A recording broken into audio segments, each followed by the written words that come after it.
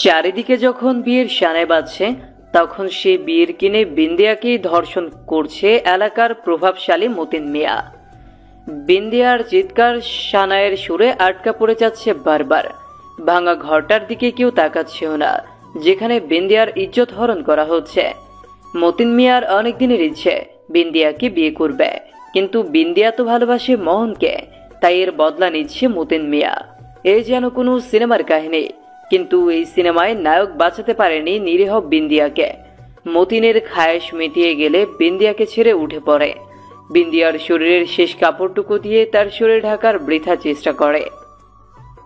বিন্দিয়ার করুণাময় চোখ আর আর্তনাদ ভরা কণ্ঠ কাবু করতে পারল না মতিনকে।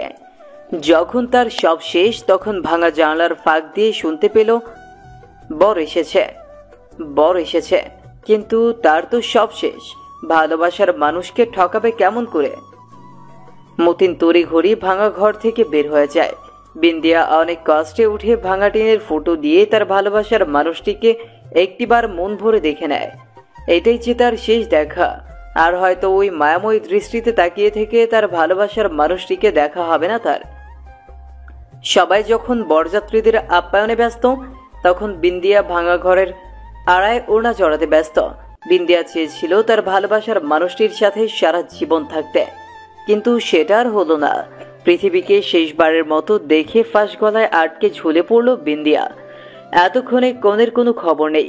চারিদিকে হইচই পড়ে যায়, নীরব হয়ে যায় সানাইয়ের সুর। এই সুরটা আগে বন্ধ হওয়া উচিত ছিল। মিয়া বাড়ির বিয়ে বলে কথা, সারা এলাকার মানুষ দাওয়াত পেয়েছে, তাই লোকে সমাগম কম নয়। মিয়া সাহেবের নাতনি ফাতিমা হঠাৎ করেই ভাঙা ঘরটিতে ঢোকে। বিন্দিয়াকে আরার সঙ্গে চলতে দেখে দৌড়ে তার মায়ের কাছে গিয়ে বলে, ও মা, ফুপু তো ওই ভাঙা ঘরে ঝুলুনি ঝুলুনি খেলতাছে। ছোট মেয়ে বুঝবে কেমন করে যে তার ফুপু যে মারা গেছে? সবাই ছুটে ভাঙা ঘরে এসে বিন্দিয়ার ঝুলন্ত লাশ পায়। বিন্দিয়ার মা সুরা খাতুন তো বাঁচে আর মরে। মিয়া সাহেবের তো কয়েক ঘন্টায় হুঁশ ছিল না। পুরো বাড়িটা যেন এক মুহূর্তে শোকাচ্ছন্ন হয়ে পড়ে। বিন্দিয়ার প্রেমিক মোহন মিয়া এক নজর বিন্দিয়াকে দেখে ফিরে যায় তার বাড়িতে। আত্মহত্যা করা মায়ারে আমাকে গোরস্থানে কবর দিতে দিমু না। উচ্চস্বরে একজন প্রবীণ ব্যক্তি বলে উঠলেন, হ কাশিম চাচা ঠিকই কইছে। এই পাপি মায়ারে আমাকে গোরস্থানে দাফন কইরা আমরা সহ পাপি হইতে পারুম না। সমস্বরে কয়েকজন বুড়ো কাশেম মুন্সির কথায় সহমত প্রকাশ করে। মিয়া সাহেব উপায় না পায়া নিজের ভিটেতেই মেয়ের লাশ দাফন করে। বিয়ে বাড়িতে এত লোকজন থাকা সত্ত্বেও জানা যায় লোকের দেখা মেলেনি সেদিন। সবার মুখে একটাই কথা, পাপি মাইয়ার জানা যায় শরিক হয়ে কি নিজেরা পাপি হব? অনেকদিন পার হয়ে যায়, বিন্দিয়ার কথা তো সবাই ভুলেই গেছে। এই মালা, বিকালে পুকুর ঘাটে আহিস, কথা আছে। মালা আরিফের কথা শুনে মুখ ভেঙচিয়ে চলে যায়। আরিফ আর মালা একসাথে এক স্কুলে পড়ে। আরিফের বয়স 8 আর মালার বয়স 7। বিকেলে আরিফ পুকুর পাড়ে গিয়ে বসে রইল। মালাই আইব কি? কখন ধইরা দাঁড়াই আছি, আহনের নাম নাই। আরিফ মনে মনে বিড়বিড় করছে। হঠাৎ আরিফের দিকে কেউ একজন ঢিল ছুঁড়ে মারে। এই ক্যাডারে ঢিল মারতাছস? সাহস থাকলে সামনে আয়। কি করবি? সামনে আইলে আইলাম, সামনে কি করবি কর। বলতে বলতে আড়াল থেকে উঠে আসতে লাগলো মালা। তাইলে তুই? আমি ভাবছি তুই আইবি না। আইসস ভালা করছস। চল ওই মিয়া বাড়ির ভিটায় জামু বড়ই পারতে। আমি যামু না ওই মিয়া বাড়ির ভিটায়। আব্বাই কইছে ওইখানে ভূত থাকে। দূর সেমরি, তুই ভূতে বিশ্বাস করস? আরে চল, ভূত আমারে দেইখা ডরাই। আমি থাকতে তোর কিচ্ছু হইব না। আরিফের কথায় সাহস পেয়ে মালা মিয়াবাড়ির ভিটায় যেতে রাজি হয়ে যায়। এটাই সেই ভিটা যেখানে বিন্দিয়াকে কবর দিয়েছে। কবর বললে ভুল হবে, এক প্রকার মাটি চাপা দিয়ে রেখে দিয়েছে। অবশেষে তারা মিয়াবাড়ির ভিটায় পৌঁছে যায়। তুই নিচে থাকবি আর আমি গাছে উঠা বড়ই পারমু। আচ্ছা, সাবধানে উঠিস কইলাম। আরিফ গাছে উঠে পড়ে। শীতের বিকেলে চারদিকে কুয়াশা আচ্ছন্ন হয়ে গেছে। আরিফ গাছে উঠে পড়ার পর কুয়াশা যেন আরো বাড়তে থাকে। এক পর্যায়ে গাছের নিচে কুয়াশার জন্য কিছু দেখা যায় না। হঠাৎ মালা চিৎকার দিয়ে উঠল। আরিফ তড়িঘড়ি নিচে নেমে দেখে মালা গাছের নিচে নাই। আরিফ ভাবে হয়তো মালা লুকোচুরি খেলছে, কারণ প্রায়ই আরিফের সাথে এমন মজা করে সে। দেখ মালা, মজা করিস না, এমনিতেই সন্ধ্যা হয়ে আসতেছে, ঘরে ফিরা লাগবো। তুই কোথায় লুকাইছিস? আরিফ মালার নাম ধরে ডাকতে থাকে, কিন্তু কোথাও মালার কোনো সারা শব্দ নেই। তুই লুকাইছিস তো, আইসা থাক, আমি গেলাম। ভূতেরা আইসা তোর ঘাড় মটকাই বনে। এই বলে আরিফ বাড়ির পথে পা বাড়ায়, কিন্তু তখনও মালার কোনো সাড়া নেই। আরিফ ভাবে হয়তো বাড়িতে চলে গেছে মালা, তাই সে বাড়িতে ফিরে আসে। সন্ধ্যা 7টার দিকে মালার বাপ খোকন মিয়া আরিফদের বাড়িতে আসে মালার খোঁজে। আরিফ তখন কপির আলোয় পড়তেছিল। সেই সময়টাতে বিদ্যুৎ বড়লোকের শহরের জন্য ছিল, গায়ে গ্রামে পৌঁছনি তখনও বিদ্যুৎ। হারিকেনের আলোয় খোকন মিয়া আরিফের বাপ মালিক মিয়ার ডাকে, ভাইরে, আমাগো মালা আরিফের লগে বিকেলে খেলতে বাইর হয়েছে, আর বাড়িতে ফেরে নাই। আরিফের জেগাও তো মালা কই? আরিফ দৌড়ে এসে খোকন মিয়া ও মালিক মিয়াকে সব খুলে বলে। আমি ভাবছিলাম মালা বাইতে আইয়া পড়ছে, তাই আমি ওইখান থেইকা চইলা আইছি। খোকন মিয়া ফুপিয়ে কেঁদে ওঠে। আল্লাহ গো, আমার মায়াটারে মনে হয় ভূতে পাইছে। মালিক মিয়া, খোকন মিয়া আর আরিফ সহ গ্রামের কয়েকজন মিলে মিয়াবাড়ির ভিটায় যায়। সবার হাতে হারিকেন জ্বালানো। মালাকে অনেক ডাকাডাকির পরেও তার কোনো সাড়া না পেয়ে খোকন মিয়া হতাশ হয়ে যায়। হঠাৎ আরিফের চিৎকারে সবাই সেই দিকে ছুটে যায়। দেখে মালা বড়ই গাছের ডালে পা ঝুলিয়ে দিয়ে বসে আছে। খোকন মিয়া তড়িঘড়ি গাছে উঠে মালাকে নামিয়ে আনেন। সকাল হতেই হুজুর ডেকে মালাকে ঝাড়ফুঁক দেয়। কিছুদিন পাগলামো করে শেষে স্বাভাবিক হয় মালা। তারপর থেকে সে মিয়াবাড়ির ভিটায় কেউ যেতে সাহস পায়নি। কিন্তু সমস্যা শুরু হয় আরিফের সাথে। সে প্রায় সময় অসুস্থ থাকে এবং সব সময় মিয়াবাড়ির ভিটার দিকে এক দৃষ্টিতে তাকিয়ে থাকে। মালিক মিয়া আরিফকে অনেক ডাক্তার কবিরাজ দেখিয়েও সুস্থ করতে পারেনি। হঠাৎ একদিন একটা হুজুর এসে মালিক মিয়াকে বলে, মালিক মিয়া, আরিফে এই গ্রাম থাইকা দূরে সরাইয়া দেন, তাতে যদি একটুও ভালো থাকে। সেদিন রাতেই আরিফকে তার ফুপুর বাড়িতে পাঠিয়ে দেন মালিক মিয়া। এখনো প্রায় রাতে অচেনা কারোটাকে হঠাৎ আরিফের ঘুম ভেঙে যায়, কিন্তু উঠেই সে কাউকে পায় না। আরিফ অনেক বড় হয়ে গেছে, কলেজে উঠেছে সে। সকাল সকাল ডাক পিয়নের ডাকে ঘুম ভেঙে যায় আরিফের। চিঠি এসেছে তার বাড়ি থেকে। চিঠি পাঠিয়েছেন মালিক মিয়া। আরিফের কাকার মেয়ের বিয়ে, আসতে বলেছে তাকে। ময়না পারবি ইয়া, ইস কত ইচ্ছা ছিল বিয়েতে আনন্দ করব। দুপুরবেলায় বেরিয়ে পড়ে আরিফ তার নিজ এলাকার উদ্দেশ্যে। ফুপুর বাড়ির 4 গ্রাম পরেই তাদের গ্রাম। বিয়ে বাড়ি বলে কথা, অনেক হইচই পূর্ণ ছিল বাড়িটা। আরিফ যেতেই ওর মা বুকে জড়িয়ে নেয়। বিয়ের আগের দিন রাতে আরিফ ছাদে বসে আছে। হঠাৎ পেছন থেকে কেউ একজন তার চোখ ধরে ফেলে। কে? মাইনসে এত তাড়াতাড়ি ভুলে গেছে আমারে। মালা তুই?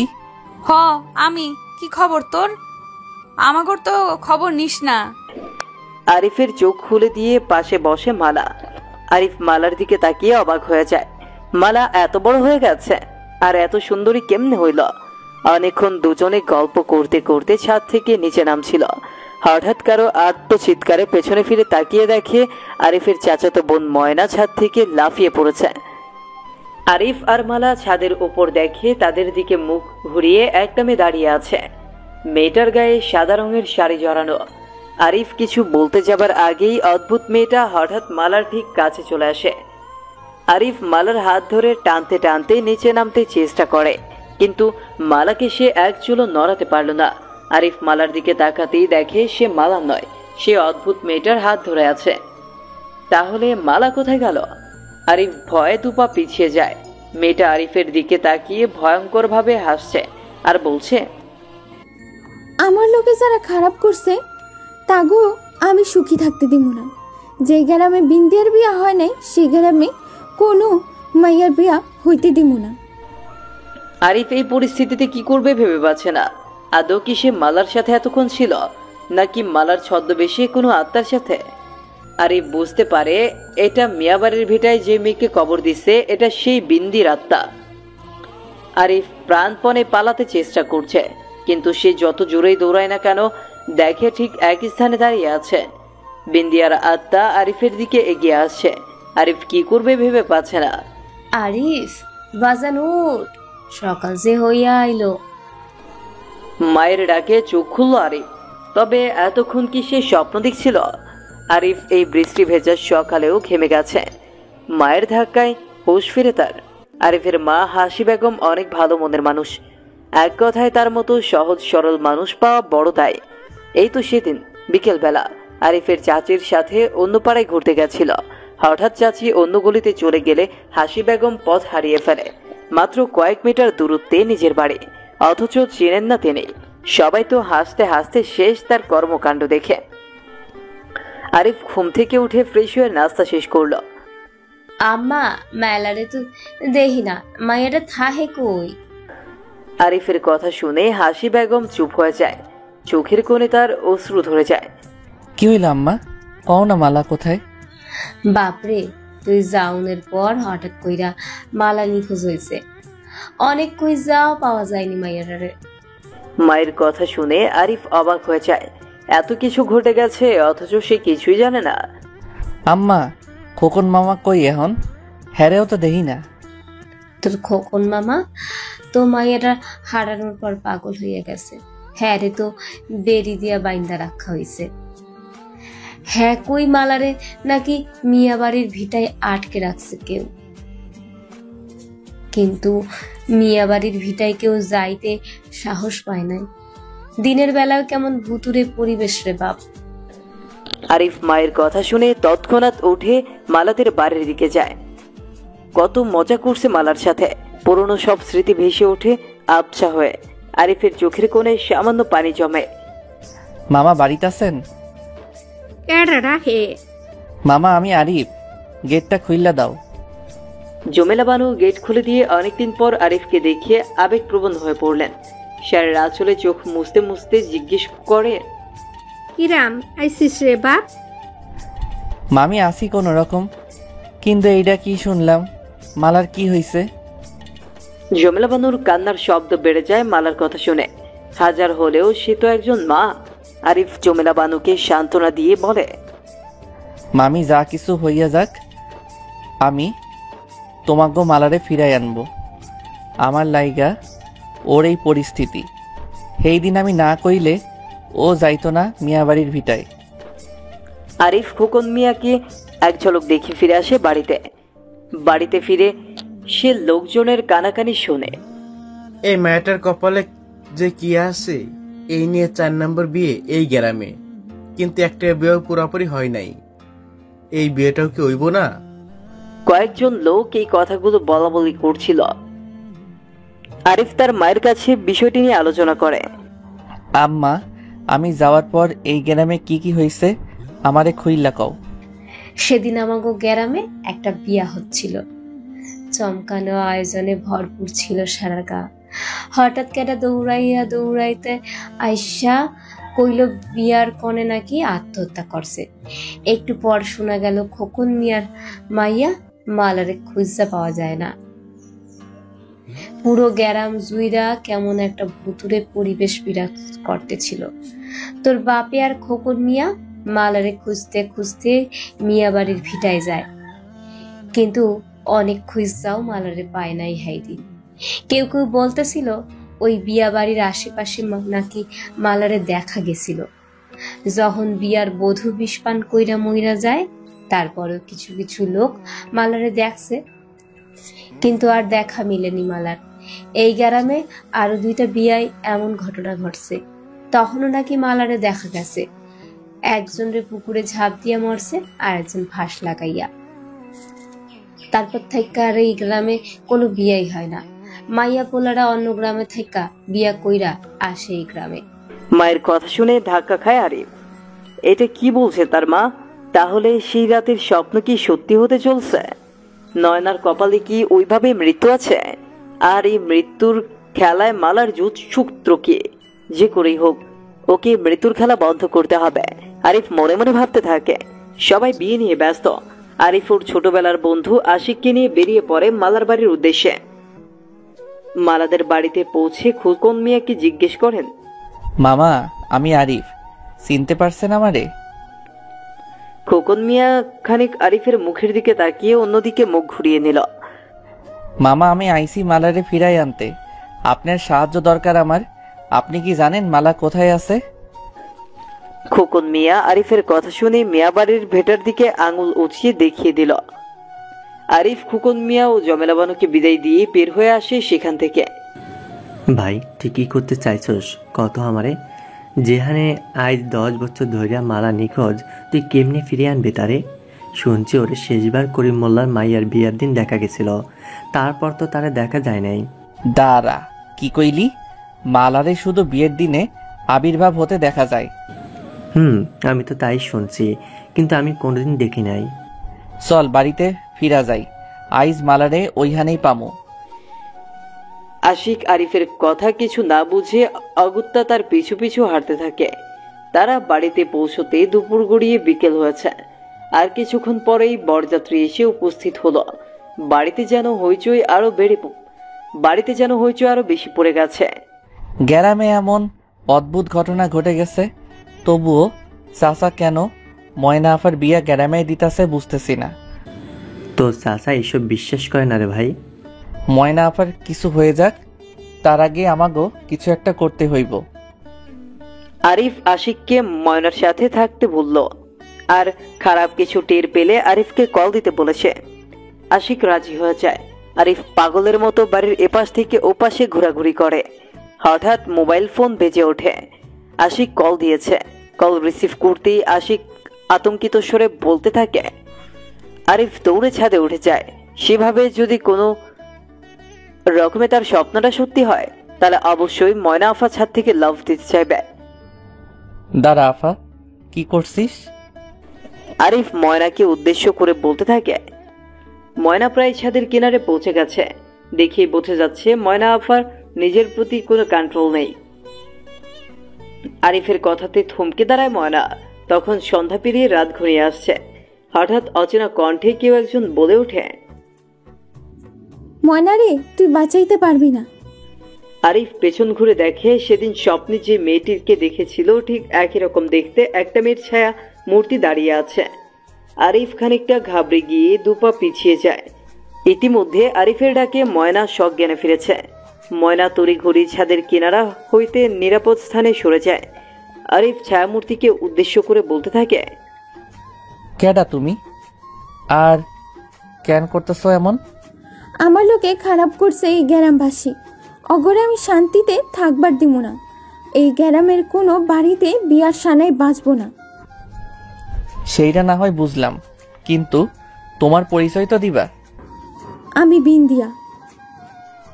বিন্দিয়ার শব্দ গলার সাথে সাথে সারা আকাশ কালো হয়ে গেল। যেখানে তারা আর চাঁদের মেলা বসেছিল সেখানেই ঘন কালো আমাবর্ষা দেখা দিল। চারিদিক থেকে ঝড়ো হাওয়া আরিফের গায়ে ছোঁয়াতেই শরীরের লোম দাঁড়িয়ে গেল। আকাশে বিদ্যুৎ চমকাচ্ছে বারবার। হঠাৎ আরিফ অনুভব করলো কেউ তার ঘাড়ে গরম নিঃশ্বাস ফেলল। আরিফ ভয়ে ঘামতে শুরু করে। কিছু বুঝে ওঠার আগেই আরিফের গলা চেপে ধরে কোনো এক অদৃশ্য শক্তি। দম বন্ধ হয়ে আসছে আরিফের, শ্বাস নিতে কষ্ট হচ্ছে তার। বিদ্যুৎ চমকানির আলোতে আরিফ স্পষ্ট দেখতে পেল স্বপ্নে আসা মালা তার সামনে দাঁড়িয়ে, আর সেই তার গলা চেপে ধরেছে। আরিফ অনেক কষ্টে নিজেকে ছাড়িয়ে বলে ওঠে, মালা তুই আমারে চিনতেছস না? আমি তোর আরিফ। আরিফের কথা শুনে অদৃশ্য শক্তি দৃশ্যমান হয়ে গেল। অশ্রুসিক্ত নয়নে আরিফের দিকে তাকিয়ে আছে মালা। এতদিন কোথায় আছিলি তুই? জানস তোর বাপ তোর অভাবে পাগল হইয়া গেছে। মালা এখনো অশ্রুসিক্ত নয়নের ঠাই আরিফের দিকে তাকিয়ে আছে। কিছু কইতাছস না কেন? হঠাৎ ছায়া মূর্তি নিমিষে মালাকে গায়েব করে দিয়ে নিজেও অদৃশ্য হয়ে গেল। আরিফ কি করবে ভেবে পাচ্ছিল না। মালা হুট করে আসলো, আবার হুট করে কোথায় উধাও হয়ে গেল। এটা কি তবে বিন্দিয়ার অভিশপ্ত আত্মার কোনো কাজ সাজে? আরিফ ধপ করে ছাদে বসে পড়ল। পেছন থেকে ময়না এসে আরিফকে ধরে নিচে নেমে গেল। ময়না আর আরিফের নিখোঁজে এতক্ষণ পুরো বিয়ে বাড়িতে সুখের ছায়া নেমে এসেছে। তাদের দেখে সবাই যেন দেহ প্রাণ ফিরে পেল। আরিফ সবাইকে সবকিছু খুলে বলে, আর ময়নার বিয়ে স্থগিত করে দেওয়ার কথা বলে। কিন্তু আরিফের কাকা আব্দুল কাদের তো এক কথার মানুষ। তিনি একবার যেহেতু বলেছেন এই বিয়ে হবে তো হবেই, যে কোনো প্রকারে। আরিফ অনেক মানা করা সত্ত্বেও কাদের মিয়া সবাইকে উদ্দেশ্য করে বলেন, যে তার মেয়ের বিয়ে তিনি দিবেন এবং আজকেই। আরিফের কথাতে মূল্য দেওয়া হয় না, কিন্তু ময়না আপার কোনো ক্ষতি হোক সেটা চায় না আরিফ। ময়না তার বাবারে অনেক বুঝাইল এবং তার নিজ চোখে দেখা সব বলার পরেও মানতে পারল না কাদের মিয়া। একটু পরেই ময়না আপারে অনেক সুন্দর করে বউ সাজে নিয়ে আসা হলো। আরিফ ময়নার পিছু ছাড়ছিল না। বরপক্ষ চলে এসেছে, সবাই সেদিকে খেয়াল রাখতে ব্যস্ত। বউয়ের ঘরে আরিফকে ঢুকতে দেওয়া হলো না। আরিফের চাচি মুখ ভেঙচিয়ে বলে ওঠেন, বেড়া মানুষ বউয়ের ঘরে ঢুইকা কি করবা, তার থেকে যাও মেহমানদারি করো গিয়ে। আরিফ অনেক চেষ্টার পর ময়নার সঙ্গে থাকতে পারল না। একটু পরে খবর এলো ময়না কাচের ছুরি দিয়ে জিবার গলা কেটে আত্মহত্যা করেছে। আরিফ চুপ করে বসে আছে নদীর তীরে। সে বাঁচাতে পারল না তার প্রিয় ময়না আপারে। চোখ দিয়ে কয়েক ফোঁটা পানি তার গায়ে পাতলা সুতি কাপড়ের গেঞ্জি ভিজিয়ে ফেলেছে। গেঞ্জির দিকে নজর যেতেই আরিফ চমকে ওঠে। দেখে তার গেঞ্জিতে লাল রং দিয়ে কিছু লেখা আছে। হাতের লেখাটা পড়েছি না মনে হচ্ছে। একটানে গেঞ্জি গা থেকে খুলে ফেলে সে। গেঞ্জিটা মিলিয়ে ধরতেই হক চুকিয়ে যায় আরিফ। আরে এটা তো মালার হাতের লেখা। আরিফের বেশ ভালোই মনে আছে, ছোটবেলায় মালা কোনো সমস্যায় পড়লেই আরিফকে চিঠির মাধ্যমে বলতো। মুখ দিয়ে বলতে নাকি তার লজ্জা লাগতো। এখনো সেই কচি হাতের ভাঙা ভাঙা লেখা। আরিফ লক্ষ্য করে এটা রং না, এটা রক্ত। নিশ্চয়ই কাল রাতে মারা যখন তার গলা চেপে ধরেছিল তখনই লেখাগুলো লিখে গেছে সে। হয়তো মালা আরিফকে কিছু বলতে চাচ্ছে। আরিফ আবছা আবছা লেখাগুলো পড়তে চেষ্টা করে। চিঠিখানা পড়ে আরিফের চোখে মুখে আশার ছোঁয়া ফুটে উঠেছে। সেই দিন ময়না আপার লাশ দাফন নিয়ে ঝামেলা হয় জনসাধারণের মধ্যে। কেউ কেউ বলছে আত্মহত্যা করা লাশ দাফন করতে দিব না, আবার কেউ বলছে ভূতে মেরে রেখে গেছে তাই দাফন করা হবে। অনেক কথা কাটাকাটির পর কয়েকজন মিলে ময়না আপার মরাদেহ কাকার বাড়ির আঙিনায় দাফন করা হয়। সেদিন আরিফ বুঝেছিল কেন বিন্দিয়া অভিশপ্ত হয়েছে। পরদিন বিকেলে আশিককে সাথে নিয়ে মালাদের বাড়িতে আসে আরিফ। মামি আসনি, গেটটা খুইলা দাও, খোকন মামার লগে কিছু কথা আছে। জমেলা বানু আরিফরে ভেতরে আসতে দেয়। মামা, মালা কোন জায়গায় আছে আপনি দেখছেন? খোকন মিয়া আরিফের কথা শুনে মাথা নাড়ে, আবার কেমন ভয় ভয় চোখ মিয়াবাড়ির ভিটার দিকে দিয়ে কাঁদতে থাকে। মামা ভয় পায়েন না, কিচ্ছু হইব না, আমি মালারে ফিরাই আনবো যে কোনো মূল্যে। আরিফের কথায় খোকন মিয়ার মুখে হালকা হাসি ফুটে উঠল। মামা, আপনি শেষবার মালারে যেইখানে দেখছেন ওইখানে লওয়া যান আমগরে। জমেলা বানু আরিফের কথা শুনে অবাক হয়ে যায়। হেই পাগল মানুষ লইয়া কেমনে যাই বাবা? সেই সব আমার হাতে ছাইরা দেন মামি, আপনি মামার পায়ের শিকল খুইলা দেন। জমেলা বানু একটু ভেবে আরিফের কথায় আশ্বস্ত হয়ে শিকল খুলে দিল। নিজেকে মুক্ত পেয়ে খোকন মিয়া দৌড়ে মিয়াবাড়ির ভিটার দিকে যেতে লাগলো। হারিফ ধরো হেরে, চইলা যাইতেছে তো। ভয় পায়েন না মামি, আপনি বাড়িতে থাকেন। আশিক, চল খোকন মামারে অনুসরণ করা যাক। এই বলে আশিককে সাথে নিয়ে আরিফ খোকন মিয়ার পিছু পিছু ছুটতে থাকে। অনেকক্ষণ ছুটার পর খোকন মিয়া মিয়াবাড়ির ভিটার সামনে এসে দাঁড়িয়ে পড়ে। তখন সন্ধ্যা হয়ে এসেছে। পশ্চিম আকাশে সূর্য যায় যায় ভাব। মাগরিবের আজান পড়ে গেছে। খোকন মিয়া ধীরগতিতে মিয়াবাড়ির ভেটায় প্রবেশ করে। পেছন পেছন আরিফ এবং আশিকও আছে। ভাই তুই আমারে মাইরেই ছাড়বি। এখানে দিনের বেলাও আসি নাই কোনো দিন, আর সেখানে রাতে আমার কিছু হইলে তুই দায়ী থাকবি। হালা চুপ থাক আর খোকন মামারে অনুসরণ কর। খোকন মিয়া হঠাৎ একটা বাঁধানো পুরনো কবরের সামনে দাঁড়িয়ে যায়। আশিকের ভয়ে প্রাণ যায় যায় অবস্থা। আরিফ আড়াল হয়ে দেখতে থাকে কি হতে চলেছে। মালা, মা আমার তুই কোথায়? খোকন মিয়ার কথা শেষ হতেই চারদিকে আবহাওয়া বদলে গেল। ঘন কালো মেঘ সন্ধ্যার রক্তিম আকাশকে কালো করে দিয়ে গেল এক নিমিষে। হঠাৎ কারো উপস্থিতি টের পেল আরিফ এবং আশিক। আরে এটা তো মালা। শিকলে বাঁধা অবস্থায় হঠাৎ কোথা থেকে দৃশ্যমান হলো তারা একটুও টের পায়নি আরিফ এবং আশিক। আব্বা, তুমি এইখানে আইছো কেন? ওই তোমার ক্ষতি করে দিব, যাও এখান থেকে, পালাও যাও। হঠাৎ ভয়ঙ্কর হাসির শব্দে আকাশ বাতাস উথাল পাতাল হয়ে যায়। এই শব্দ সেই পুরনো কবর থেকে আসছে। আশিক ভয়ে আরিফের কাঁধে শক্ত করে হাত দিয়ে ধরে রাখলো। আরিফ আশিককে সাহস দিয়ে বলল। কিচ্ছু হইব না, ভয় পাইস না। আশিক আরিফের কথায় আর বিশ্বাস করতে পারছিল না, তবুও তার কিছু করার ছিল না। বাধ্য হয়ে আরিফের সঙ্গ দিতে হয় তাকে। মালা ওর বাবার উদ্দেশ্যে বলে, বাপজান তুমি এখান থেকে যাও, ওই তোমার ক্ষতি কইরা দিব। কিন্তু খোকন মিয়া এক চুলো নড়ল না। যা হওয়ার দেখা যাবে। সে কিছুতেই তার মেয়েকে রেখে যেতে চাইল না। হঠাৎ আকাশ থেকে একটা বিজলির ঝলকানিতে পুরো মিয়াবাড়ির ভিটা আলোকিত করে ফেলল। আরিফ এবং আশিক দুজনেই স্পষ্ট দেখতে পেল কেউ একজন ছায়া মূর্তির মতো দাঁড়িয়ে আছে মালার বাবার সামনে। মুখে তার ভয়ঙ্কর হাসি, অগ্নিশিখার চাহনি। বুঝতে আর বাকি রইল না যে এটা বিন্দিয়ার অভিশপ্ত আত্মা। হঠাৎ খোকন মিয়ার গলা চেপে ধরে সে। মালা হাত জোর করে বলতে থাকে, আমার বাপজান রে মাইরেন না, আমি তো আপনার সব কথা শুনি। বিকট আওয়াজে বিন্দিয়ার আত্মা বলে ওঠে, এই মরণের খেলা বন্ধ করাইতে চাস? আজ তোরই আগে মরতে হইব। বিন্দিয়ার ভয়ঙ্কর হাসির আওয়াজে আকাশ বাতাস উতাল পাতাল হয়ে যাচ্ছে। খোকন মিয়ার প্রাণ যায় যায় অবস্থা। আরিফ আশিককে উদ্দেশ্য করে বলে, আর থাকুন যাইব না। খোকন মামার কিছু হওয়ার আগে তারে বাঁচাইতে হইব। ভাই ওর লগে কেমনে লড়বি? মনে জোর রাখ ভাই, সব কিছুই করা সম্ভব। আরিফ ছোপ থেকে বাইরে বেরিয়ে বিন্দিয়ার উদ্দেশ্যে, থামো এবার। আর কত মানুষের প্রাণ চাই তোমার? অনেক তো করছো, এখন তো থামো। মালা আর ওর বাপের সাইডা দাও। আরিফের কথা শুনে বিন্দিয়ার আত্মা গর্জে ওঠে। বিন্দিয়া, আমারও তো বাঁচনের শখ আছিল, কিন্তু তোরা আমারে কি বাঁচতে দিছস? আমারও তো ইচ্ছে ছিল হের লগে বিয়ে আইব, হে আর আমি এক লগে বাঁচুম, কিন্তু তোরা আমার শখ পূরণ করতে দিস নাই। আমারও তো বাঁচনের শখ আছিল, কিন্তু তোরা আমারে কি বাঁচতে দিছস? আমারও তো ইচ্ছা ছিল হের লগে বিয়ে হইব, হে আর আমি এক লগে বাঁচুম, কিন্তু তোরা আমার শখ পূরণ করতে দিস নাই, তাই আমি কাউরে বাঁচতে দিব না। আরিফ কিছু বলার আগেই মিয়াবাড়ির ভিটা পুরো অন্ধকার হয়ে যায়। ঝড়ো হাওয়া এদিক সেদিক থেকে বইতে থাকে। আরিফ দাঁড়িয়ে থাকতে পারছে না।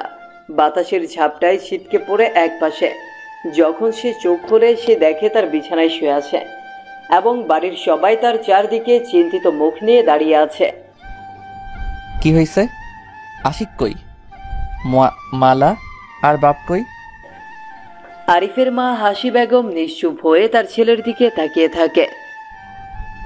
আম্মা চুপ কইরা আসো কেন? পাশ থেকে আরিফের ছোট কাকা বলে ওঠে, কাল বিয়ান বেলা তোরে মিয়াবাড়ি ভেতর থেকে বেহুশ অবস্থায় পাইছি। আর আশিকের কি হয়েছে ক কাকা? আশিক আর খোকন মিয়ার খন্ড বিখণ্ড লাশ গাছের লগে ঝুলানো অবস্থায় পাইছি। বলেই চুপ হয়ে যায় ছোট কাকা বেল্লাল মিয়া। আরিফ যেন নিজের কানকে বিশ্বাস করতে পারতেছে না। আশিক অনেক ভালো বন্ধু ছিল তার কারণে আশিক এবং খোকন মিয়ার প্রাণ গেছে। নিজেকে বড় দোষী মনে করে আরিফ। আশিককে যদি জোর না করতাম তাইলে ওই পয়সা থাকতো আমাগো মাঝে। সারাটা দিন আরিফ বিমর্ষ মুখে বসে থাকে। এখন তার কি করা উচিত বুঝে উঠতে পারছে না সে। কোনো তো উপায় নিশ্চয়ই আছে বিন্দিয়ার আত্মাকে নিঃশেষ করার। আরিফ মনে মনে ভাবতে থাকে, আমাকে এই বিন্দিয়ার সম্পর্কে ভালো মতো জানতে হবে। আরিফের বাবা মালিক মিয়া আশিকের মৃত্যুতে ভেঙে পড়ে। তার নিজের ছেলেও সারাক্ষণ মুখ গম্ভীর করে বসে থাকে। এটাও তার খারাপ লাগে। আরিফ ধীরে ধীরে ওর বাবার ঘরের দিকে আসে। আব্বা আসমু ঘরে? আয় বাপ, কিছু কইবি? জি আব্বা, আসলে আমি বিন্দিয়া সম্পর্কে জানতে চাই। কিছু জানা লাগবে না। কাল সকালে তুই আবার তোর ফুফুর বাড়িতে ফিরে যাবি। এই গ্রামে তোর ভালো আইব না। না আব্বা, তোমাগো আর এই গ্রামবাসী গো বিপদে রাইখা আমি যাবো না। দয়া কইরা আমারে কও কেডা এই বিন্দিয়া? মালিক মিয়া কিছুক্ষণ চুপ থেকে আর কোনো উপায় না পেয়ে বলতে শুরু করেন, বিন্দি আমার চাচার একমাত্র মাইয়া। ওই ছোটবেলা থাইকা অনেক সুন্দরী। যেই পুরুষে একবার ওরে দেখতো এই ওর প্রেমে পড়ে যাইত। এমনি আমাগো গ্রামে করিম মাতব্বরের ছোটবেলা মতিন মিয়া ওরে প্রেমে পড়ে, কিন্তু বিন্দিয়া ভালোবাসতো খোকন মিয়ার ছোট ভাই মোহন মিয়ারে। তাগো বিয়েও ঠিক হয়েছিল, আর এই দেখা মতিনের হিংসা হয়, তাই বিন্দিয়ারে বিয়ের দিন গিয়া বলে, বিন্দিয়া তোরে মোহন ভাঙ্গা ঘরে যাইতে বলছে, কি যেন গোপন কথা কইব। কি ক মতিন ভাই, আজ তো মোহন এর লগে আমার বিয়া, আর ওই ভাঙা ঘরে কেন যাইতে কইব আমারে? তুই যাইয়া দেখই না। বিন্দিয়া মতিনের কথা বিশ্বাস না করিয়া তাই বসিয়া থাকে। একটুখানি পরে মতিন মিয়া একখানা চিঠি নিয়া আবার এসে বিন্দিয়ার হাতে দেয়। বিন্দিয়া হাতের লেখা দেখা বুঝতে পারে এটা মোহন পাঠাইছে। চিঠিতে বলা হয়েছে, ভাঙ্গা ঘরে আহ, তোমার লগে গোপন কথা আছে, ইতি মোহন। বিন্দিয়া আর দেরি না কইরা ভাঙ্গা ঘরে ঢুকে। সত্যি সেখানে মোহন বিন্দিয়ার লাইগা বসে আছিল। বিন্দিয়া মোহনের কাছে যাইতেই পেছন থেকে মতিন মিয়া ঘরে দুইটা দরজা বন্ধ করিয়া দেয়। মতিন ভাই দরজা আটকাল্লা কেন? দরজা আটকাইছি কারণ আছে। এই বইলে বিন্দিয়ার হাত ধরে ফেলে। বিন্দিয়া হাত ছাড়াইতে ব্যস্ত, কিন্তু মোহন কিছু বলতেছে না, এখনো ঠাই এইখানে বসে আছে। মোহন তুমি কিছু কইতাছ না কেন? মতিন না আমার লগে এমন করতেছে? মোহন হাসতে থাকে, সাথে মতিন মিয়াও। আমারে তো তুমি ভালোবাসো, আর আমার লাইগাই অহন মতিনের লগে বাসর করবা। বিন্দিয়া মোহনের কথা শুইনা অবাক হইয়া যায়। মতিন মিয়া ইচ্ছা মতন তার বাসনা পূরণ করে। মোহন মিয়া ঠাই এইখানে বৈশা বৈশা সব কিছু দেখে। বিন্দিয়া মেলা কষ্টও নিজের বাঁচিতে পারল না। সব যখন শেষ, তখন মতিন আর মোহন ঘর থেকে বেরিয়ে যায়। যাওয়ার সময় মোহনরে উদ্দেশ্য করে মতিন মিয়া বলে, মোহন মিয়া, আইস থাইকা তোমার সব ঋণ মকুব করে দিলাম। বিন্দিয়া বুঝতে পারে সামান্য ঋণের লাইগা যে নিজের হবু বধূর দেহ যে দান করবার পারে, সে তাকে ভালোবাসতে পারে না। নিজের ওড়না গলায় জড়াইয়া আত্মহত্যা করে বিন্দিয়া। আরিফ ওর বাবার কথা শুনে অবাক হয়ে যায়। মানুষ কতটা নীচ হলে এমন কাজ করতে পারে। কিন্তু আব্বা, তুমি এইগুলা জানলা কেমনে? সেই দিন আমি ওই বিয়াবাড়িতে ছিলাম। খেলতে খেলতে হঠাৎ করে ভাঙ্গা ঘরের দিকে চোখ যাইতেই সব দেখছি আমি নিজের চোখে। তখন ছোট আছিলাম, তাই কাউরে কওয়ার সাহস পাইনি। আরিফ বুঝতে পারে বিন্দিয়ার সাথে খুব খারাপ হয়েছে। আব্বা, অহন মতিন মিয়া আর মোহন মিয়া কই আছে? তাগো খবর পাওয়া যায় না, অহন কই আছে কেউ জানে না। আরিফ ওর বাবার ঘর থেকে বেরিয়ে আসে। সে চিন্তা করে আবারও সে বিন্দিয়ার সাথে দেখা করবে, হয়তো প্রতিশোধ নিতে চায়, আর প্রতিশোধ নিলে হয়তো ওরা তা মুক্তি পেয়ে যাবে, আর এই মৃত্যুর খেলাও বন্ধ হয়ে যাবে। সেই রাতেই গোপনে ঘর থেকে বেরিয়ে পড়ে মিয়াবাড়ির ভিটার উদ্দেশ্যে। নির্জন রাত, ভুতুরে পরিবেশ বিরাজ করছে চারদিকে। আরিফ পৌঁছে যায় সেই জায়গায় যেখানে বিন্দিয়াকে কবর দিয়েছে। কবর বললে ভুল হবে, সেখানে তার দেহ মাটি চাপা দিয়ে রাখা হয়েছে।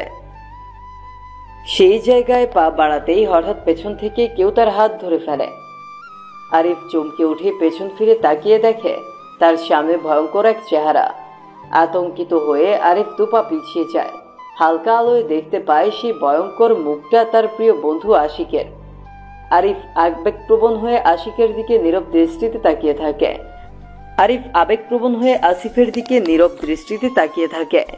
আসিফ আরিফের দিকে তাকিয়ে ইশারায় বলতে চাইছে, ওই ভিটে যাইতে চাস না বন্ধু, কিন্তু আরিফ আশিকের সে ইশারা ভাষা বুঝলো না। আশিক হঠাৎ অদৃশ্য হয়ে গেল। আরিফ বুঝতে পারলো এটা আশিকের আত্মা ছিল, তাকে হয়তো কিছু বলতে চাচ্ছিল ইশারায়। আরিফ সবকিছু উপেক্ষা করে আবার ভিটার সেই জায়গার দিকে পা বাড়ায়। এতক্ষণ সবকিছু ঠিক ছিল, হালকা মৃদু বাতাস, তারা ভরা জোছনা রাত, কিন্তু সবকিছু পাল্টে গেল এক মুহূর্তে যখন আরিফ বিন্দিয়ার কবরের পাশে গেল। কোনো একটা মেয়ের মায়াবী কণ্ঠে কান্নার আওয়াজ ভেসে আসে আরিফের কানে। আকাশ পুরোটাই অন্ধকার আচ্ছন্ন হয়ে গেছে, ভালো করে নিজের হাতটা পর্যন্ত দেখা যাচ্ছিল না। আরিফ এদিক সেদিক সেই কান্নার আওয়াজের উৎস খুঁজতে থাকে। অবশেষে একটা ভাঙা ঘরের কাছে পৌঁছে যায় আরিফ। এইটাই কি হেই ঘর যেইখানে বিন্দিয়া ফাঁস দিয়া মরছে? আরিফের হৃদস্পন্দন বেড়ে যায়, শরীর থেকে অনবরত ঘাম চলতে থাকে। কাপা কাপা হাতে ভাঙা দরজাটায় ধাক্কা মারে সে। দরজার কবাট শব্দ করে খুলে যায়। দরজা খোলা মাত্রই আরিফের মাথার উপর দিয়ে কালো রঙের বাদুড় টানা ঝাপটে আকাশে উড়াল দেয়। আরিফ ভয়ে ভয়ে ভেতরে প্রবেশ করে। চারিদিকে অন্ধকার। মোবাইল তো লগেই আছে। আরিফ মনে মনে বলে ওঠে। ছোট বাটন মোবাইলটা বের করে অল্প আলোর টর্চটা অন করে দেয় সে। মোবাইলের আলোয় হালকা হালকা দেখা যাচ্ছে। আরিফ মোবাইলের আলো ঘুরিয়ে ঘুরিয়ে দেখছে লোকটাকে। হঠাৎ তার মোবাইলের আলোর সামনে এক বিভৎস চেহারা দেখে মোবাইল হাত থেকে পড়ে গেল। আরিফ জোরে জোরে আল্লাহর নাম নিতে চাইছে, কিন্তু তার গলা দিয়ে কোনো আওয়াজ বের হচ্ছে না। মোবাইল পড়ার সাথে ভেঙে ক্ষণ ক্ষণ হয়ে গেল। আরিফ পাগলের মতো হাত দিয়ে এদিক সেদিকে মোবাইল খুঁজতে লাগলো। হঠাৎ অন্ধকারে তার হাতে ভিজা কিছুর অনুভূতি পেল। হঠাৎ আকাশে বিকট শব্দে বজ্রপাত হলো, সাথে বিজলির ঝলকানি। বিজলির আলোতে স্পষ্ট দেখতে পেল তার হাতে রক্ত লেগে আছে। আরিফ চিৎকার দিয়ে মরিয়া হয়ে সেই ঘর থেকে বের হওয়ার পথ খুঁজতে লাগলো। দরজা বন্ধ হয়ে গেছে আপনা আপনি। আরিফ চোখ বন্ধ করে বসে রইল এক জায়গায়। হঠাৎ সবকিছু স্বাভাবিক হয়ে যায়। আরিফ ধীরে ধীরে চোখ মেলে তাকায়। চোখ খুলতেই দেখে ঘরটা আলোয় ভরে গেছে। তার সামনে এক অপরূপ সুন্দরী মেয়ে দাঁড়িয়ে আছে। কে মেয়ে? আরিফের মনে বারবার প্রশ্নটা ঘুরপাক খাচ্ছে। কেডা তুমি? এইখানে কি করতাছো? আরিফ কাঁপা কাঁপা গলায় জিজ্ঞেস করে। মেয়েটা আরিফের দিকে তাকিয়ে অবাক করা একতাল হাসি হেসে বলে ওঠে, আমি বিন্দিয়া, যে আজ থেকে 30 বছর আগে এই ঘরে ফাঁস লাগাইয়া আত্মহত্যা করছি। আমি হেই বিন্দিয়া, যার ভালোবাসার মানুষ তার লগে বেইমানি করছে। আমি হেই বিন্দিয়া, হ্যাঁ আমি হেই বিন্দিয়া, যার লগে গ্রামের লোক খারাপ করছে। কিন্তু হেরা তো তাকে ভুল বুঝবার পারছে। তোমার উচিত ওকে ক্ষমা কইরা দেয়া। না, হেরা এখনো ভুল বোঝে নাই। তারা ময়নার লগেও এমন করছে। যেই দিন আত্মহত্যা করা মাইয়া গো দাফন করার ব্যবস্থা হইব, সেই দিন আমি অগো মাফ করুম। আইসা ঠিক আছে, কিন্তু বিয়া নিয়া তোমার এত ক্ষোভ কিসের? আমারও ইচ্ছা আছিল বিয়া হইব, একটা ঘর হইব, একজন মানুষ হইব, কিন্তু যার লাগে এত কিছু করলাম, বাপের লাথি গুতা খাইয়া বিয়ার ব্যবস্থা করলাম, এই তো বেইমানি করলো। আমি এর প্রতিশোধ চাই। ঠিক আছে, আমি কথা দিতাছি ওগো বিচার আমি করুম। ঠিক আছে, যেদিন অগবিচার হইব সেই দিন আমার মৃত্যুর খেলা বন্ধ হইব। মালার কি ক্ষতি করছে? ওরে তুমি আটকাই রাখছো কেন? মালারে ফিরাই দাও। আমি কথা দিচ্ছি মোহন আর মতিনের বিচার হইব। আমি ভাবছিলাম মালারে বাঁচানোর লাইগা ওর কাকা মোহন আইব, কিন্তু এত বছরেও আইলো না। আমার প্রতিশোধ নেওয়াও হইল না। হঠাৎ সেই মায়াবী কান্নার আওয়াজ আবার ভেসে আসে আরিফের কানে। আরিফ চোখ মেলে দেখে স্বপ্নে দেখা সেই মালা। ও আর ছোট নেই, অনেক বড় হয়ে গেছে। মালার হাত ধরে মিয়াবাড়ি থেকে বের হয় আরিফ। সেই রাত কেটে যায়, চারিদিকে সূর্যের কিরণ এসে পড়ছে। হঠাৎ আরিফ এবং মালা সামনে কয়েকজন লোক এসে দাঁড়ায়। কিছু বুঝে ওঠার আগেই তাদের উপর হামলা করে দুর্বৃত্তরা আরিফের মাথায় আঘাত করে। মালাকে টানতে টানতে নিয়ে যায়। আরিফ মাটিতে পড়ে যায়। যখন আরিফের চোখ খোলে তখন সে দেখে একটা নদীর পাড়ে পড়ে আছে। মালা, মালা কই গেল? আরিফের উঠে দাঁড়ানোর শক্তি হারিয়ে ফেলেছে। অনেক কষ্টে উঠে একদিকে দৌড়াতে থাকে আর মালা মালা বলে ডাকতে থাকে। মালাকে খুঁজে না পেয়ে তাই পাগল হয়ে যায় আরিফ। দিন শেষে রাত হয়ে যায়, তবুও মালার কোনো খোঁজ মেলে না। আবার সেই জায়গায় ফিরে আসে যেখান থেকে মালাকে ধরে নিয়ে গেছিল। এদিক সেদিকে তাকাতেই হঠাৎ একটা ছেঁড়া রুমাল দেখে চোখ আটকে যায় আরিফের। দৌড়ে সেই রুমাল উঠিয়ে দেখে তাতে মালা কিছু লিখে গেছে। আরিফ ঝাপসা চোখে চিঠি পড়তে লাগল। সেখানে পরিষ্কার করে লেখাটা ছিল, আরিফ যখন মালাকে বিন্দিয়ার কাছ থেকে নিয়ে এসেছিল তখন ওর গলায় একটা পুঁতির মালা ছিল, যেটা ও ছোটবেলায় পড়তো। আরিফ খুঁজতে থাকে এদিক সেদিকে সেই পুঁতির মালা। অনেক খোঁজার পরেও কোনো পুঁতির দেখা মেলে না তার। হতাশ হয়ে বসে পড়ে নদীর কিনারায়। হঠাৎ কয়েকটি পাখি এক জায়গায় জড়ো হয়ে কি যেন টোকাচ্ছে। আরিফ আগ্রহ নিয়ে সেই দিকে তাকাতেই দেখে পাখিগুলো পুঁতিগুলোরে শস্যদানা ভেবে কুড়াচ্ছে। আরিফের চোখে মুখে আশার আলো ফুটে ওঠে। দৌড়ে সেখানে গিয়ে দেখে কয়েকটি পুঁতি পড়ে আছে। আরিফ পুঁতিগুলো তুলে নেয়। আর একটু সামনে তাকাতেই দেখে আরো কয়েকটা। এইভাবে পুঁতিগুলোকে অনুসরণ করতে করতে পথ চলতে থাকে আরিফ। চলতে চলতে একটা সময় পুঁতিগুলো আর দেখা যায়নি। আরিফ বুঝতে পারে এটাই হয়তো সেই জায়গা যেখানে মালাকে বন্দি করে রাখা হচ্ছে। কিন্তু এইটা তো আমাগো বাড়ি, এইখানে মালারে ধরে আনছে কেডাই? আরিফ মনে মনে বলে। নিজের বাড়িতেও সাবধানে প্রবেশ করে আরিফ, কিন্তু এখানে তো কেউ নেই। সবাই গেছে ডাগই। আরিফ জোরে জোরে সবাইকে ডাকতে থাকে, কিন্তু কোনো সারা শব্দ নেই। আরিফ ঘাবড়ে যায় চারদিকে অন্ধকার দেখে। তাইলে কি আব্বা আম্মারেও ধইরা নিয়ে গেছে ওরা? কিন্তু ওরা কারা? কি শত্রুতা আমগো লগে তাদের? আরিফ চারদিকে পাগলের মতো ছুটতে থাকে। কোনো জায়গায় একটা আলামতো পায় না সে, যার সাহায্যে মালাও তার পরিবারের সন্ধান নিবে। দিন গিয়ে রাত নেমে আসে। আরিফ কোনো উপায় না পেয়ে আবার সেই মিয়াবাড়ির ভিটার উদ্দেশ্যে রওনা হয়। বিন্দিয়ারে কমু দেহি, হ্যার তো মেলা ক্ষমতা, যদি তাকে সন্ধান পাওয়া যায়।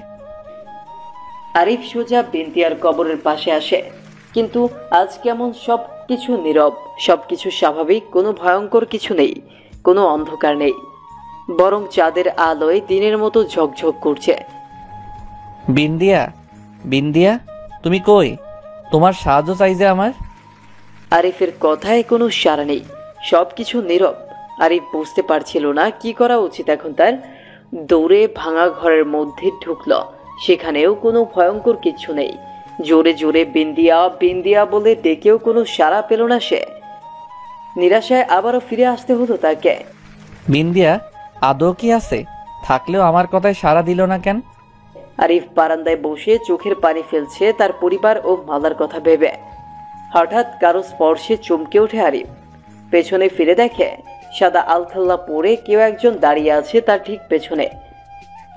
তার চুল এলোমেলো হাওয়ায় উঠছে, মুখ চুলে ঢাকা পড়ে গেছে। আবির বসা থেকে ধরফড়ে উঠে দাঁড়ালো। ক্যাডা তুমি? মালা নাকি? হ্যাঁ মালাই তো। মালার এমন রূপ দেখে আরিফ ভয় পেয়ে যায়। ভালো করে দেখো চিনবার পারো কিনা। আরিফ ভালো মতো তাকে দেখতে লাগলো। নিচের দিকে চোখ যেতেই ভয় গলা শুকিয়ে কাঠ হয়ে যায় আরিফের। মাটি থেকে 1 ফুট উপরে শূন্যে ভাসছে মেয়েটা। আরিফ ভয়ে কয়েক পা পিছিয়ে যায়। তুমি যেই হও, কিন্তু তুমি মানুষ হতেই পারো না। তুমি ঠিক ধরেছো। এই কথা বলেই হঠাৎ চারিদিকে অন্ধকার নেমে আসে। আরিফের চোখের সামনে এখন বিশাল আকৃতির বিন্দিয়া দাঁড়িয়ে। বিন্দিয়া তুমি? হ, আমি আজ থেকে মুক্ত। আমার প্রতিশোধ নেওয়া শেষ। এই বলে বিন্দিয়া ভয়ঙ্কর ভাবে হাসতে থাকে। তোমার তো প্রতিশোধ নেওয়া শেষ, তাইলে আমার পরিবার ও মালারে আইনা দাও, কেউ তাগো অপহরণ করছে। তোমার পরিবার সময় হলে বাড়িতে চলে আইব, আর মালা তো এখনো আমার মায়াজালে বন্দি। মানে কি বলতাছো তুমি? তুমি তো মালারে আমার হাতে উঠাই দিছিলা। বিন্দিয়া আরিফের কথা শুনে আবার হাসতে থাকে। হ, ওটা মালা ছিল, কিন্তু ওর ভিতরে আত্মাটা ছিল আমার। কারণ আমি জানতাম তোমার বাপ আর আমার আসল ধর্ষণকারীরা মালারে মাইরা ফেলতে চাইব, কারণ মালার কাছে যথেষ্ট প্রমাণ আছে তাগো বিরুদ্ধে। তাই আমার আসল ধর্ষণকারীর কাছে পৌঁছাতেই মালার শরীরে প্রবেশ করি। কিন্তু অগো শরীর এক অদ্ভুত তাবিজ দিয়ে বন্ধ করে দেওয়া, তাই আমি চাইলেও অগো কোনো ক্ষতি করতে পারবো না। হেডার লাইগা তোমার মায়ের সাহায্য নিতে হয়েছে আমার। আরিফ বিন্দিয়ার কথা শুনে অবাক হতে থাকে। কিন্তু আমার আব্বা কি করছে বিষয়টা বুঝতেছি না। তোমার বাপ যেদিন আমারে ধর্ষণ হইতে দেখছিল, কিন্তু মতিন টাকার লোভ দেখাইয়া তোমার বাপের মুখ বন্ধ রাখছে।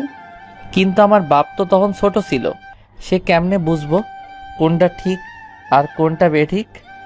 আমি অত কিছু বুঝি না। তোমার বাপ সেই দিন যদি সবাইরে বলতো আসল ঘটনা, তাইলে আমার ধর্ষণকারীরা শাস্তি পাইতো আর আমি জানাজা পাইতাম।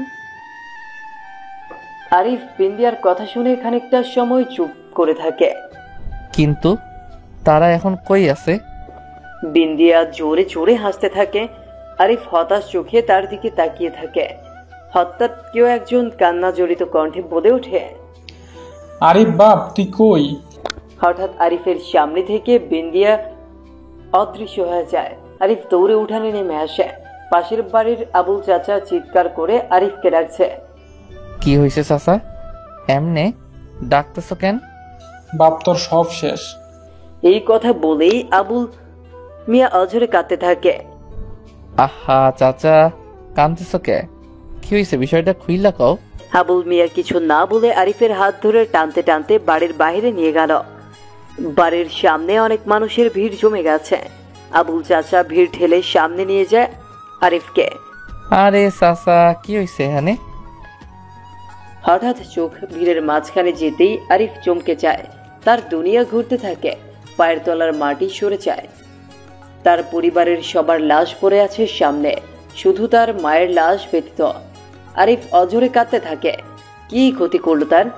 হঠাৎ ভিড় থেকে একটু দূরে নজর যেতে দেখে তার মা নিশ্চুপ হয়ে বসে আছে গাছের গুড়ির উপর, চোখে মুখে চিন্তার ছাপ। কিন্তু তার পরিবারের লোকজন খুন হয়ে এখানে পড়ে আছে, সেই বিষয়ে ভ্রুক্ষেপ নেই তার। আরিফ দৌড়ে ওর মায়ের কাছে চলে যায়। আম্মা, এইগুলো কেমনে হইল? ক্যাডা আমার এতিম বানাইলো, কও আম্মা। ছেলের উপর কোনো নজরই পড়ল না হাসি বেগমের। আরিফ তার মায়ের কাঁধ ধরে কয়েকবার ধাক্কা দেওয়ায় হঠাৎ সজাগ হন হাসি বেগম। হুঁশি ফিরেই তার চোখের সামনেই সবকিছু দেখে আর ঠিক থাকতে পারলেন না তিনি। আরিফে, আমার লাইগা তোর বাপের মরণ লাগছে। তোর বাপ চাচা গো, আমি মারছি রে, আমি নিজের হাতে মারছি। এই বলেই বেহুশ হয়ে যান হাসি বেগম। আরিফ মায়ের জ্ঞান ফিরাতে ব্যস্ত। তার জানতেই হবে কি করে এইসব হলো। তার বাপ, 3 চাচা চাচিরা আর চাচাতো ভাই, মোট 8 জনের খুন গ্রামে মুখে মুখে রটে গেছে নিমিষেই। আরিফের মায়ের জ্ঞান ফিরতে তাকে জিজ্ঞেস করে, আম্মা তুমি শান্ত হইয়া কও আমারে, কেমনে হইল এসব? আরিফের কথায় হাসি বেগম কিছুক্ষণ চুপ থেকে তার নীরবতা ভেঙে বলতে শুরু করেন।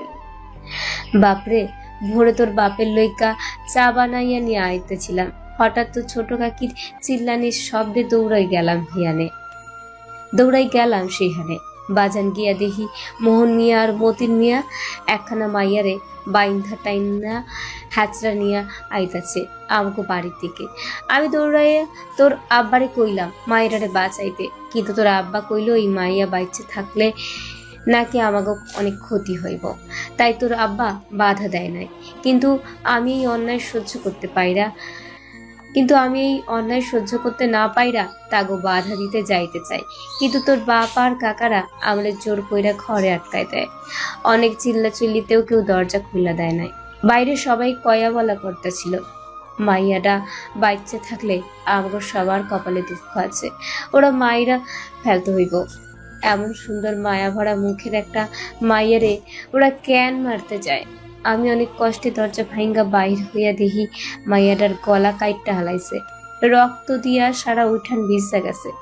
মাইয়াটা তখনও তাকায় আছে, চোখ থেকে পানি ঝরতাছে। এই দৃশ্য আমি সহ্য করবার না পাইরা সামনে থাকা দাঁড়িয়া ওদিকে আগাইতেই থাকি। কোনোদিন এত সাহস আসে নাই, কিন্তু আজ আসছিল। একটা অজানা শক্তি আমার উপরে ভর করতেছিল। আমি চোখের নিমিষে সব বাইরে খুন করে হালাইছি। তোর বাপরেও ছাড় দেয় নাই। কথাগুলো বলে পুনরায় অজ্ঞান হয়ে যায় হাসি বেগম। অনেক বড় আঘাত হয়তো পেয়েছেন তিনি। আরিফ মায়ের কথা শুনে হতভাগ হয়ে যায়। এটাও কি সম্ভব? কিন্তু মেয়েটাকে, আর সেই মেয়ে যদি খুন হয়ে থাকে তাহলে তার লাশ কোথায়? আরিফের মনে হাজার প্রশ্ন ঘুরপাক খাচ্ছে। হাসি বেগম ঘুমিয়ে পড়েছে। এই ঘুম সেই ঘুম নয়, এই ঘুম আর কোনো দিন ভাঙবে না। অনেক বড় ধাক্কায় দুনিয়ার মায়া ত্যাগ করেন হাসি বেগম। আরিফের মনে প্রশ্নটা রয়ে গেল, কি সে মেয়েটি? আর সে কিভাবে তার পরিবারের ক্ষতির কারণ হতে পারে, যার জন্য আরিফ আর ওর পরিবারকে মেয়েটি খুন করতেও পিছপা হয়নি। সবার লাশ দাফন করা শেষে নির্বাক আরিফ ঠায় জানলার গ্রিল ধরে দাঁড়িয়ে আছে। এক দৃষ্টিতে তাকিয়ে কি যেন ভাবছে সে। মালার কথা। আচ্ছা, মালা এখন কোথায় আছে? আরিফের মনে ধাক্কা লাগে। তাহলে কি বিন্দিয়া মালাকে ব্যবহার করে তার পরিবার নিঃশেষ করে দিছে?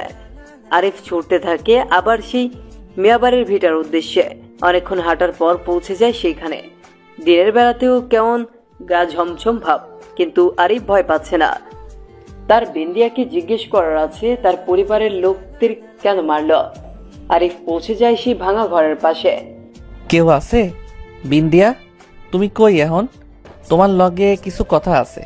হঠাৎ গাইবি আওয়াজ আরিফের কানে ভেসে আসে। কি জি গাইবি? তুমি আমার পরিবারের লোকগো মারলা কেন? কি করছে তারা? অনেক বড় ভুল করছে তারা। মালা ভাইবা শেষে আত্মারে গলা কাটতে গেছে। এই বলে হাসতে থাকে বিন্দিয়া। আরিফ বুঝতে পারে সেই মেয়েটি মালার রূপধারী বিন্দিয়া ছিল, আর সেই ফাঁদে তার মাকে ফেলে সবাইকে খুন করাইছে। কিন্তু হাসি বেগম এটা বুঝতে পারেনি যে এটা একটা চাল। বিন্দিয়া আবার বলতে থাকে, ধর্ষকদের সাহায্য করছে তারা। আর তোমার বাপ চাচারা এখন যেই বিরায় থাকে ওটা মালার নামে আছে।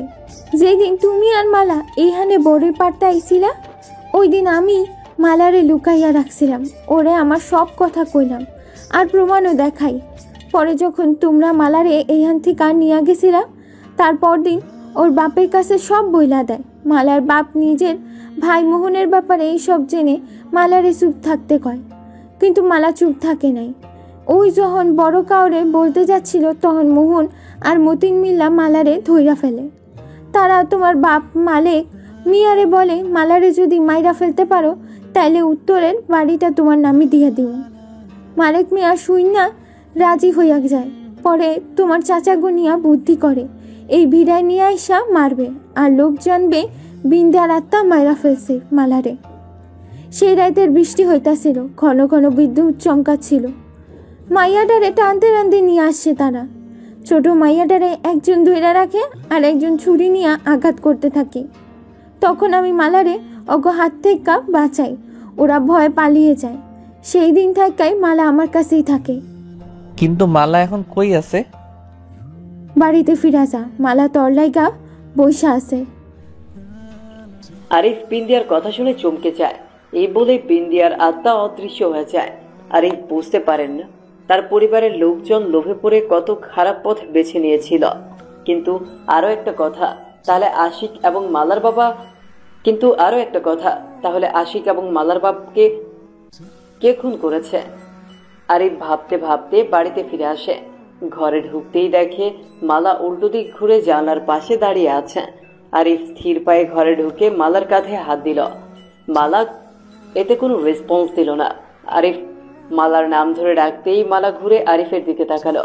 আরিফ তার মুখের দিকে তাকাতেই ভয় শিউরে উঠল। এটা কে? আরিফ দেখতে পেল তার সামনে ভয়ঙ্কর এক অবয়ব আরিফের দিকে মায়াময় দৃষ্টিতে তাকিয়ে আছে। মুখের দিকে তাকিয়ে আরিফ থ হয়ে যায়। আরে, এটা তো আরিফের চাচাতো বোন ময়না আফা। ময়না আফা তুমি? কিন্তু তুমি তো আর দুনিয়ায় নাই, তাইলে কেমনে আমার সামনে দাঁড়ায় আছো? আমি এখানে আইসি শুধু তরে এখন কথা কনের লাগিয়া। কি কথা কও দেহি? আমি আত্মহত্যা করি নাই ভাই, আমার মাইরা ফেলছে। হুদায় আমি না রে, আমি গ্যারামে যেই মাইয়া মরছে কেউ আত্মহত্যা করে নাই, সবাই মাইরা ফেলানো হয়েছে।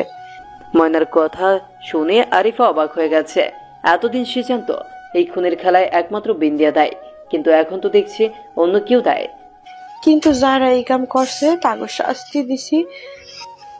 শাস্তি দিছে বান্দিয়া, তাই আইস থেকে আমি মুক্ত রে ভাই। কে করছে এইসব? যেদিন থেকে মালা নিখোঁজ হয়েছে তারপর থেকে বন্দিয়া আর মালার প্রতি মানুষের ভয় আর ঘৃণা ঢুকানোর লাগিয়া তোর বাপে আর আমার বাপের সহ মতিন মিয়া আর মোহন মিয়া মিল্লা এই বুদ্ধি করে। যেই মাইয়ার বিয়া হইতে লাগে তারই মাইরা ফেলে আর আত্মহত্যার নামে চালাই দেয়, আর দোষ দেয় বিন্দিয়া মালারে দিয়া তাগো মাইরা ফেলে। আমার পর লোকজনের মুখে রটিয়ে দেয় মালারে তারা সেই দিন দেখা গেছে, কিন্তু না, মালারে কেউ দেখে নাই, মালা তো আসেই নাই। আরিফ বুঝতে পারি সব, তার সবকিছু পানির মতো ভেসে ওঠে। ঠিকই তো, আমার বাপ চাচারা সহ সবাই যখন জানতই এই গ্রামে কারো বিয়া হইতে দেয় না বিন্দিয়া, তবুও কেন ময়না আফার বিয়া দেওয়ানের লাইগা চাইছিল? তার মানে তারা জানতো কিছুই হইব না। ঠিক ভাবছস, কিন্তু ঘটনা হইল উল্টো। সেদিন সত্যি সত্যি বিন্দিয়া আমারে মাইরা ফেলতে আইছিল, কিন্তু তুই আমারে বাঁচাইছিলি। কিন্তু তারপর লোকজন সন্দেহ করব ভাইবা মতিন মিয়া আর মোহন মিয়া আমারে মাইরা ফেলাইছে। সবাইরে বিশ্বাস করাইছে বিন্দিয়ার আত্মা মাইরা ফেলছে। কিন্তু আইজ অনেক খুশি, আমার খুনিরা আজ শাস্তি পাইছে। বলে ময়নার আত্মা আরিফের দিকে মায়াভরা দৃষ্টিতে তাকিয়ে আছে। আরিফ ময়নার দিকে তাকিয়ে আছে। মনে পড়ছে তার সেই শৈশবের স্মৃতিগুলো। ময়না আপা কতই না ভালো একটা মেয়ে ছিল। নামাজ পড়তো, কোরআন পড়তো, তবুও মরার পর মেয়েটি ঠিকমতো জানাজা পায়নি। আরিফের মনে আছে ময়না আপা তাকে কত ভালোবাসছে। ভাই, আমার লেগা দোয়া করিস, একটা মিলাদ মাহফিলের আয়োজন করিস। ময়নার অবয়বটি নিমিষেই অদৃশ্য হয়ে যায় আরিফের সামনে থেকে। আরিফ এখনো সেই দিকেই তাকিয়ে আছে নীরব দৃষ্টিতে। হঠাৎ কারো স্পর্শে হুঁশি ফিরে আরিফ পেছনে ফিরে দেখে মালা দাঁড়িয়ে আছে। মালাকে পেয়ে আরিফ দিশাহারা হয়ে যায়। অনেক ভালোবাসেছে তাকে। মালা আলতো করে আরিফের চোখের কোণে জমে থাকা পানি মুছে দিয়ে বলল, তুই আমারে সেই যে বড় তালায় রাইখা গেলি, আর ফিরে আইলি না। কত কিছুই না করছি তোরে ফিরা পাইতে। জানিস মালা, আমি যাদের এত ভালোবাসতাম, এত সম্মান করতাম, তারাই কিনা শেষমেশ খুনি পরিচিত হলো। আমরা মাঝে মাঝে যা দেখি কিংবা ভাবি, সেগুলো কি সবই সত্যি হয়? না রে, এইটা আমি বিশ্বাস করতে পারতেছি না রে মালা। এই বলে আরিফ কাঁদতে থাকে। মালা আরিফকে আলতো করে বুকে জড়িয়ে নেয়। আরিফ মালার কোলে মাথা রেখে শুয়ে পড়ে। কতই না শান্তি মালার কাছে। পরদিন মালা আর আরিফের বিয়ে। লোকমুখে রটিয়ে গেছে। আবার নতুন কোনো মোহনের খবর দিতে চলেছে তারা। সবাই আরিফ আর মালাকে বাধা দিচ্ছে, এই গ্রামে বিয়ের নাম নিও না। কিন্তু কে শুনে কার কথা? আরিফ আর মালার ধুমধামে বিয়ে হবে। দাওয়াত পেয়েছে গ্রামের সব লোকজন। ব্যাপারী বাড়িতে বিয়ের ধুম পড়েছে। আরিফ বর সেজে মালার বাড়িতে যাবে। ওইদিকে মালা বউ সেজে বসে আছে আরিফের অপেক্ষায়। কখন আসবে সেই মধুময় সময়? গ্রামের লোকজনের মুখে বিভৎসতার হাতছানি। এবারও কি তারা আরো একটা বিয়ের কোণের মৃত্যুর সাক্ষী হতে চলেছে? পালকি চলছে হেলে দুলে মেঠু গায়ের পথ ধরে। এই বর এসেছে বলেই কিছু ছেলে মেয়ে দৌড়ে মালাকে খবর দেয়। মালা লাজুক চোখে তাকিয়ে দেখছে আরিফের মায়া ভরা মুখখানা। কবুল কবুল কবুল। বিয়েটা হয়ে গেল। সবাই অবাক। এতদিন পর এই প্রথম এই গ্রামে কোনো বিয়ে সম্পূর্ণ হলো। আরিফ মালার দিকে তাকিয়ে আছে এক গভীর স্বপ্ন চোখে এঁকে। মালাও আরিফের দিকে তাকিয়ে আছে লাজুক চাহনিতে। তাদের বাধা দিতে নেই কোনো বিন্দিয়া, নেই কোনো মতিন মিয়া।